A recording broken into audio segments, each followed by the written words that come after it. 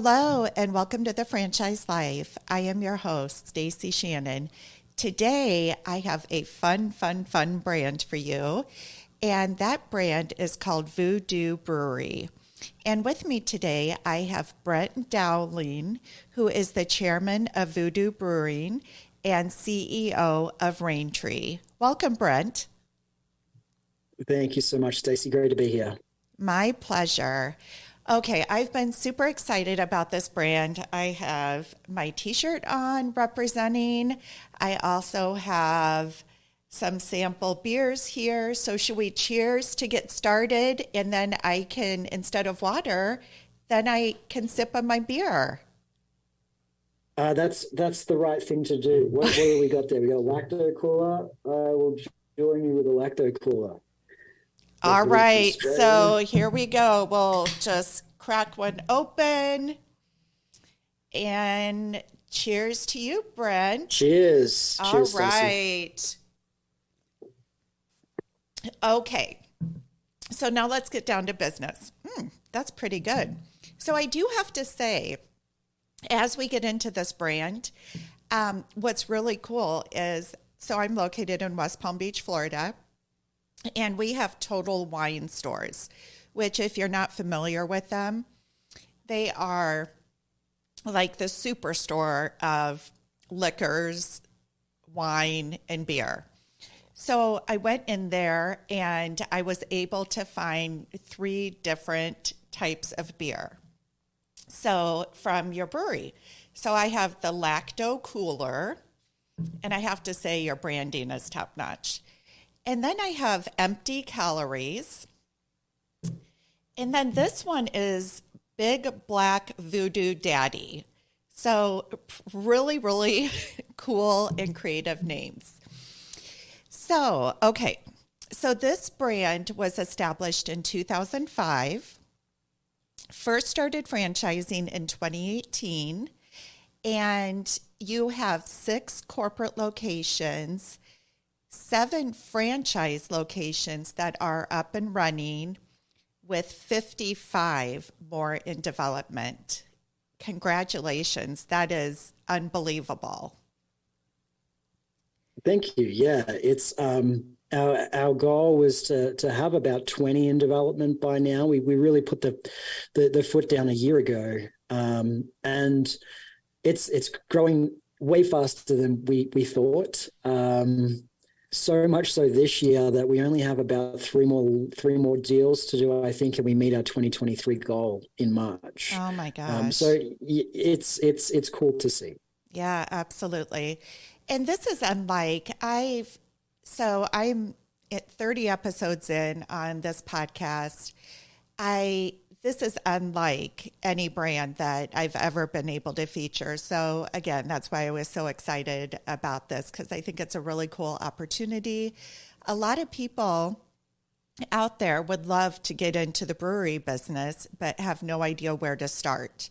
So, and that's what's really special about Voodoo Brewery is that, as I understand it, all of the beers are brewed at the corporate location, and then the individual breweries throughout the United States, they feature all of the beers, but they don't have to brew the beers on site. Is that correct? Absolutely. Yeah. It's you hit it on the head. Everyone wants to be, not everyone, a lot of people want to be in the brewing business until they get in the brewing business. And it's difficult. It is tough, dirty, hard work. And so it was a smart move by the founders to figure out how to share this top 50 internationally rated beer with the country in a way where folks didn't have to do the hard work, where we could preserve the quality of it and just allow them to receive it and be the hero that gets to talk about it with their communities, share the goodness that we believe is voodoo without any of those headaches.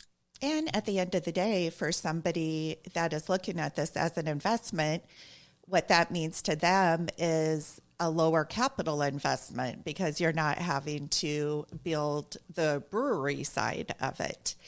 So let's just take a step back. Brent, you have a pretty incredible story. As I introduced you, you're the chairman of Voodoo Brewery. But you're not a founder of the brewery. So just talk me through how you were introduced to Voodoo Brewery and what your journey has been. And that leads us then to you also being a franchisee within the system. So go ahead and let's dive in and share your story. Yeah. So you'll see behind me, I'm actually in the Raintree offices today. And what Raintree is a franchise development company. We work with a select group of brands to find the right franchise owners for them, to build their marketing programs and grow the brand through franchising for them. And in 2020, Voodoo Brewing came across my desk as an application for our newest brand. I saw how unique it was. You kind of sort of leaned into that idea too, and it sounds like you see that as well. It's something pretty rare. Got excited about it. We offered them a position here. We sent them a partnership. Got started at the very start of the year, and then we all remember what happened in March and April of that year. Yeah, and so what ended up happening was I get a call from the original founder, one of the founders, Jake. And Jake sort of said, look, Brent, I just had to close down all 7 of my pubs. It's just not going to be possible to fund a national development program. We don't have the money to put into the marketing or the support infrastructure for our franchisees. We're going to shut it down. And I just knew that this was too special of an opportunity to do that. And we also had a hunch. I got a partner that's smarter than I, Mike Edwards. We talked about it and we thought, look, let's look ahead here at what's happening in the world. By the way, these conversations took a few months. So we're already seeing some restaurant reopenings, but some staffing issues. And what we realized was they'd already built this post-pandemic model that had been perfected over the 15 years before they franchised it. And why that is because they wanted to focus on what they do really well, which is some good food and some good beer. And they wanted to get it out of all the customer service. They wanted to make this model just about getting great beer to folks and do that as efficiently as possible. So what that ended up in is being what we call here a European beer hall model, where there's no wait staff, no food runners. You simply order and you pick it up yourself at the bar while you're grabbing your next round of drinks. And so that meant when we looked at it, there was only 6 employees needed for this business model. And we just thought, wow, this is such a rare franchise opportunity where it's got a product that's validated unlike any other product we'd seen. It won awards all around the world for how good this beer was. Plus, they don't even know it yet, but they're ahead of the curve and where the world's going, and people are going to want to eat still, but restaurant owners aren't going to have the staff to fulfill that. And so long story short, we sort of offered to fund and to come in and to buy into the franchisors. And so we kind of recalibrated some things for the rest of 2020 and started a little bit slow in 2021, dabbled. And as I said, last year was our full first year of going national, and it's been a heck of a ride since. Yeah, I would say so, with 55 locations in development. So what role, and just out of curiosity, what role do the founders play in today's structure? Yeah, Matteo is still very heavily involved. The brewing side is a separate entity. And so he's hyper focused on making sure, and we have a good problem in that we have a lot of franchises opening and we need a lot more beer than ever. And so he runs that. His whole mission is to ensure that we continue to serve the best possible quality liquids that we can and make sure that that's some of the best in the world. And so he has a whole team, a production team. He's still running the brand, running it all. And just with the growth that we're seeing and the franchisees' growth, right? Like, in terms of the amount of beer needed, I remember I was going to be the first franchisee before we got crazy on the franchisor side. We did kind of a guesstimate on what a franchise location would do. And our guesstimate was, look, we think we could probably do $750,000 in revenue in the first year. And I can't tell you exactly what it is because it's an earnings claim. It's not in the item 19 and I'm not going to do that, but it was not that. The first franchise owners are not that. And I can't say if they're more or less, but I can say that we need a lot more beer than we thought we needed. So he's just rolled out another 10,000 square foot facility, more brewing capacity, new technology, new machines coming in every month. He's busy making sure that we're able to bring beer to new markets all across the country. Incredible. So how many beers does Voodoo Brewing produce today? Different varietals? Yeah, there's a lot. If you go to voodoobrewing.com, you'll kind of see the list is really long and they rotate in and out. We try to keep it to just 8 or 9 or 10 core beers for the franchise locations, the best sellers, and really focus on the ones that we know sell really well and that the majority of folks enjoy. Just so there's some efficiencies there with the owners in controlling their costs and giving folks what they want. So I don't know, there's a lot of beers, but we try and stay focused on the franchise side with the best sellers. And we've got IPAs, lagers, sour beers. There's really good variety amongst those core brands that we offer the franchisees. And then in addition, we do our own cocktails. We do some local wines. But the cocktail side of the business is growing pretty rapidly too right now. There's a lot of demand for those. So we have an in-house mixologist that's coming up with new recipes and designs every week. And that's a big part of the growing program too now. Very cool. Yeah. I'll be the first to admit I can enjoy a beer, but I'm usually a wine or vodka girl. So beers just fill me up so much. But by the poolside, I absolutely love a good beer. Okay. So one thing that I really appreciate about this also is, and you can correct me if I go wrong, but I also understand that, so you feature 8 or 9 beers, 8 to 10 beers of Voodoo in the local restaurants, but you also have the opportunity, I believe, to put a local flair on it and also have some taps. So you're in the Denver market, which is a huge brewery market. So feasibly at your location when it's up and running, you might also feature some of those local Colorado or Denver beers. Yeah, absolutely. Like when we talk about the model in itself being forward thinking in terms of minimal staff, reducing overhead, Matteo and Jake were just so smart and ahead of the time. They did the same in terms of the positioning for the franchise program too. And what I mean by that is I'll back all the way up to, and you might see this too, Stacie, in your everyday conversations, but we did some research. We stood back and really tried to understand, look, what's the average American think of franchising in this day and age? We know we love it, and we're in a community of happy franchise owners and happy franchisors and consultants. And it's pretty rare that you meet someone in this industry that just isn't obsessed about it. And we were like, man, are we in a bubble? Like, what's the actual rest of the world think? Do they know about this? And so in our research, what we found actually was that the average American's perception was that it was just like McDonald's, and it was something that usually cost $1 million or more, where you make maybe less than 100,000 or more. And by the way, you're going to spend every waking hour to run this franchise to make the franchisor rich. That's the actual unfortunate reality of folks who haven't been in it and don't know. And I think that as we were drilling down, we realized the different levels of folks that may have misconceived what franchising actually is, and the different types of brands, and the potential for profitability and true wealth creation, and getting freedom back with your family and not working even anything close to maybe what you were doing on the corporate side. And so they started to understand that. One of the things that stuck though was, man, the idea of a cookie cutter restaurant, right? Like they all look the same, and that feels a little blah to me.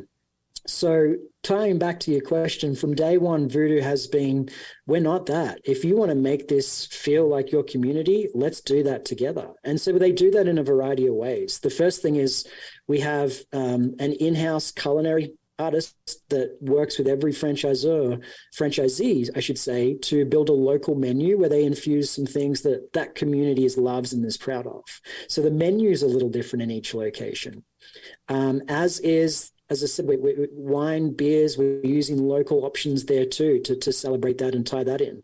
But it's even the design of the pubs themselves. They all have a little bit of flair from their community. The coolest thing that I love is we have an amazing creative director here, an artist, and he'll design, it's not Voodoo Brewing Company logo that you'll put up on your walls.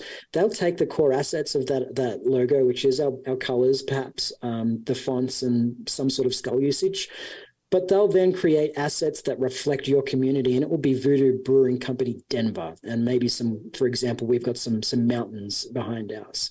And franchise owners love that. Where it's not just they're taking someone else's model that works. They're taking someone else's model that works, but making it feel like their own, from the products they're offering to how it looks to their customers. And I think that's the coolest part of this model entirely. I love beer, and I think the product's outstanding, but I love how you can make it your own. That is genius, because it, like you said, it personalizes it for the investor, the franchisee, but then for your customer base, it also is more relatable, right? It makes it feel local, and that it's a part of the community and not a national brand per se. So I love that. I had no idea about that. So Brent, where are your 6 locations that are operating today? Or your 7, I'm sorry. For the franchise owners, you're testing me now because I get them mixed with all the ones opening. But I do know we have 2 now in Pennsylvania. We have 1 in North Carolina. I'd say 3 in Pennsylvania, actually. 1 in North Carolina. We have Colorado opening very soon, if not already. And then, as I said, from there, it gets pretty mixed because we're relatively coast to coast from there. Florida has, where you are, we have, I want to think 10 franchise units opening right now in opening phases. Wow. And St. Pete's is right there in the top of that line. I know they're about to open next, and we're excited for that one. And I believe one of your early investors was in the Vegas area. Is that correct? Yes. Yeah. She is opening in the spring, I believe, which we're coming into here. So that probably means pretty soon. And she's got a second location right behind it in Vegas as well. So we actually have our annual conference this week, starting Thursday, our first conference in Vegas. So we'll see her there and get to see kind of how everything's going ourselves. So I know when Voodoo was first introduced as a franchise, I believe there were different footprints that investors could choose. If that's still the case, can you talk us through what that looks like? Because I believe your square footage ranges anywhere between 3,000 square feet to 7,000 square feet for a single location. Yeah, it's exactly right. It's 3 to 7, and it's quite a range. Again, we want to be flexible with different markets, different franchise owners. The ideal location, right? If we had a pick, it's 4,000 square feet. That's enough to fill very busy Thursday night, Friday night, and all day Saturday and Sunday. But we can still make 3 work and up to 7,000. I believe the St. Pete's one, which you might see coming soon, as I said, is closer to that higher end. We do, again, like there's not a ton of bells and whistles. We've really smart design in these stores. They look as I said, it's cute. It feels like a local community, but when you walk into a Voodoo, you immediately still know it's a Voodoo. But we design that in a way that's very cost conscious. We want to make sure that we're not that franchise that's 1 to 2 million, which has pretty much been the brewery franchise experience until Voodoo. Our range is 350,000 to say 800,000 right now, depending on store size and market. But we want to be really cost conscious and make sure that, most of the folks that are coming in have plans to open up more than just one. As I said, the founders, they opened up and ran successfully, I think 6 or 7. So that's the model most people want to follow. And we want to make sure that they're in a good spot to do that. So you're really focused, what I'm hearing is on multi-unit ownership, preferably with investors. Yeah, I think that's always is what we love to see. Now, I would still say this: the majority of the system are one unit. We're not a franchise where we sort of dictate from day one. You got to commit to 3 or 5 or 10 right now and pay for those up front. We believe in the model, and we don't want to lock up any territory either. We see how much demand there is. So we're totally cool with the majority of franchise owners saying, I'll just start with one, I'll focus on that, and then hopefully my territory is still available. I'll buy more as I go. Yeah, and for individuals new to franchise investment, many times there's that fear factor, right? They don't want to overcommit themselves until they get their feet wet and experience. And then, there's so many times with models like this that I hear they commit to one location, they get that location up within a few months, they see the success, and they immediately are reaching back out to secure the second and third locations for future development. All right. So we're talking about, investors and franchise owners. So what does the ideal candidate look like? So let me just share, some of the material I have available to me. The number one bullet is genuine humans who aren't jerks, which I think just absolutely represents this brand. It's fun, it's creative, it's appealing. So let's talk through, besides genuine humans who aren't jerks, what does your ideal franchise owner look like, and what type of experience do they have? Yeah, absolutely. You're right. So the first thing we're looking for is culture, and people who aren't jerks is obviously a big part of what we're looking for in culture. We're looking for folks. It's a little bit of a contradiction, but there's certainly a dichotomy in the folks that we like to see come through, and they seemingly relaxed, not super high strung, and I got to open up 10 locations and make $10 million right now. They're relaxed, and they're doing this because they want to do something first and foremost that they can truly enjoy, and in a lot of cases do with their families, feel like they get more ingrained in their communities. It's about that more than anything. It's about supplying a great product and providing yourself, your family, and your communities with a good time.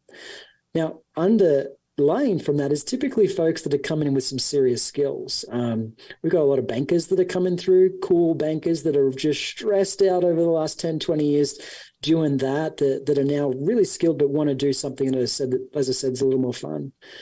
So folks like that, but just in general, you've got to be able to run this. It's still an operation, right? Like, we've simplified a lot of it, but you're still serving food and alcohol. You still have a lot of folks coming in.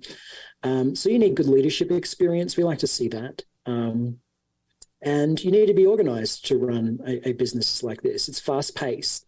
And I guess finally, the last point that we're really looking for in folks is you don't have to be a brewer by any means. In fact, we don't need that or like that, or it doesn't matter. You just need to be passionate about craft beer, and being a staple in your community. So a passion for beer would be in there too. All right. So this is a model that you can be an owner-operator, or you do allow for semi-passive ownership, which means you put a manager in place and manage the manager. And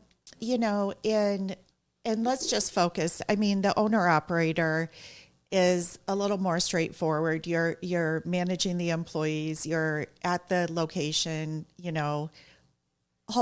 daily, at least 5 days a week or so. I mean, there's each investor has the ability to modify and to serve that rest or that pub as they see fit. But from a semi-absentee standpoint, what would a day in the life or a week in the life look like for semi-absentee ownership? Yeah, great question. We have a few of those. Most folks are coming in owner operator, and again, it's such a fun business that it's hard not to want to be in it every day. But there's some folks that have come in as purely as semi-absentee. They're really charged with just holding their general manager accountable, whether that's daily meetings or weekly meetings on Are they hitting where they need to be in terms of amount of beer sold, food sold, merchandise sold, etc.? So it's really leading that person who's then leading the team for you. And a lot of the semi-absentee owners are the partners we have that are starting with 3 location agreements, and so they're typically moving straight. And once we've gotten through the build out, and they've managed that process, and as I said, they're managing the manager and things are going, they're moving straight into starting the process again, finding the next location, negotiating a lease, working with our teams to help them with all of that, with construction and playing a role there. And again, we're new enough that we don't have anyone with 2, but we've got folks that have signed second leases already. But the goal is, as we go along here with our semi-absentee owners, they continue to scale. So, I mean, I keep going back to the branding because it is just phenomenal of this brand.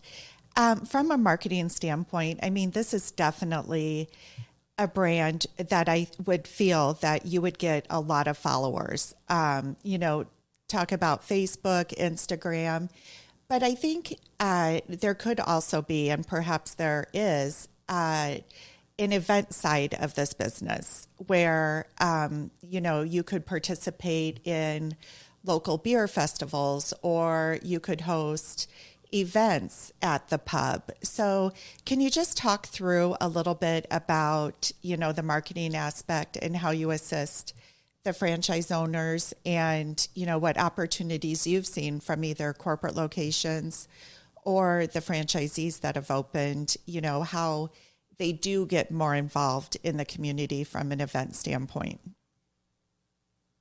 Yeah, you got it right. It's so important when we talk about this being a community-driven business model.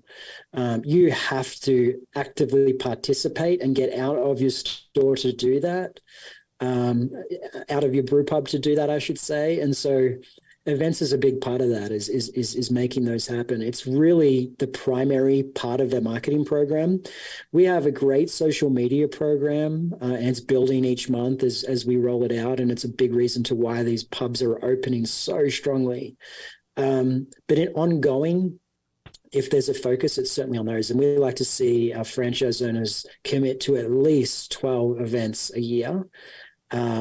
And make sure that we're inviting the community in, we're going out into the community, and we're fulfilling our promise there. So you've got to be, in that sense, linking that back to the ideal owner, you've got to be someone that's outgoing, or your manager has to be. You've got to be someone that really enjoys creating community, gathering people. If you like hosting barbecues at your house and those types of things, you'd probably do great because you'd be doing a big one of those every month.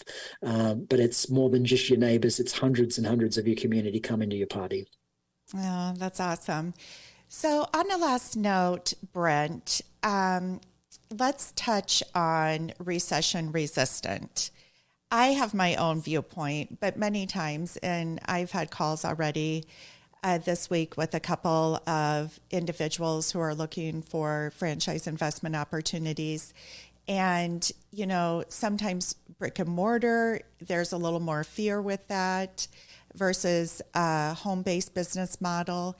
But what would you say to somebody that is looking at Voodoo Brewery as an investment and is concerned about recession? Yeah, I think it's a good concern. I'm not going to sit here and say I don't think any franchise business is recession resistant. I think that's a big staple, and it really depends on the individual brand. And so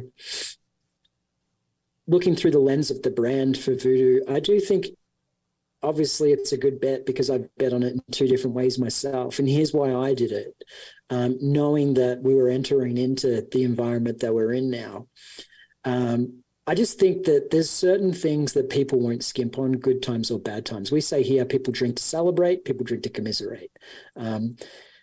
We saw the effect of taking a person's ability to gather as a community out away from them, and the pent-up demand that created. And it was the COVID pandemic was a good reminder to us of how core that is. It's not just a want, it's a human need to be able to gather as a community. And And when I think about that, you go all the way back. We're for 400,000 years. We're it's in our DNA that we meet regularly. We always had, as hunter-gatherers, we sat down and we shared good food. And as the years went on, we threw meat and beer into that too to improve that experience. And I don't think that's ever going away, whether it's a great economy or whether it's bad. And we've seen, so long as we're not being shut down due to pandemics, we've seen that seems to be the case with Voodoo, because we've been through a couple of them now, and we're still here and growing through each one. And so I think Voodoo is obviously a safer bet. It's not the same. It's not, as I said, there's no such thing as, I think, completely pandemic proof or recession proof. So I think that, and then I guess in comparison to home services, which you brought up, there's certainly advantages to that. We have, I think, 4 or 5 brands here at Raintree that we work with, partners of ours that are home services brands in our portfolio. And I think that the advantage to those is there's a little bit less risk, right? Typically they're 100, 150,000 and you're in and up and running. And as I said, a Voodoo is 350 to 700 or 800,000. So the risk is different because you don't have to build a facility. And so that's the biggest one. What I do find is on the home services side, there's an old saying, right? You're either paying for the dirt or you're paying for the marketing.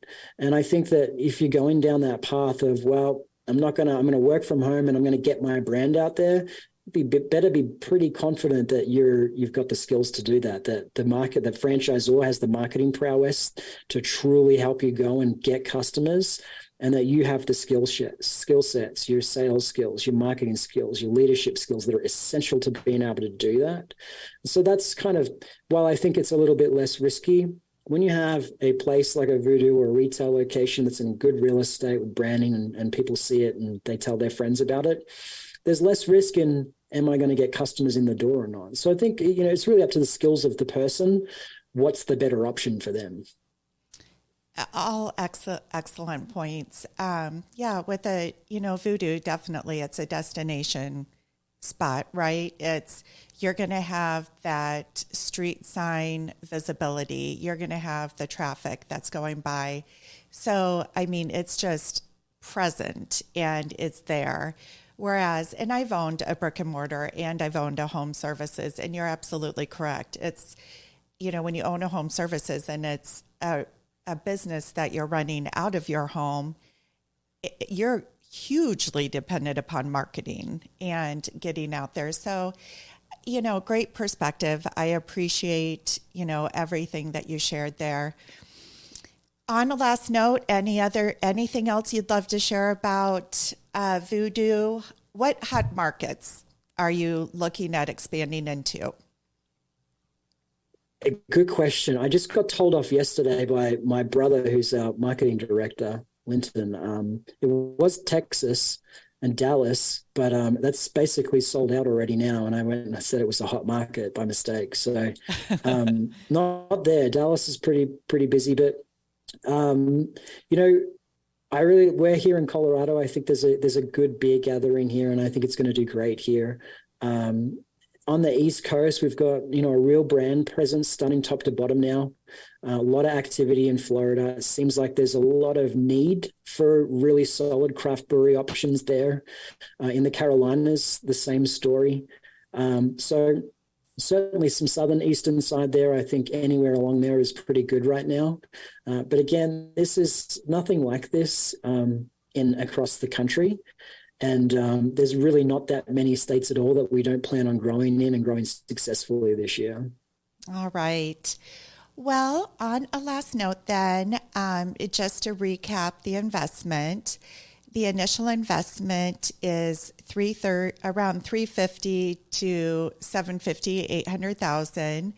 And that does include your franchise fee of $75,000 for a single location. And from a qualification standpoint, you're looking at individuals with a net worth of $750,000 and liquid capital of $250K. Well, Brent, thank you so much for joining me today. Following this podcast, I'm going to have to finish off my beer here. So Thank you. I look forward to bringing some candidates your way for consideration, and I hope you have a great day. So for anybody interested in learning more about the Voodoo Brewing concept, please feel free to reach out to me at Stacie@fusionfranchising.com. Thanks, and have a great day.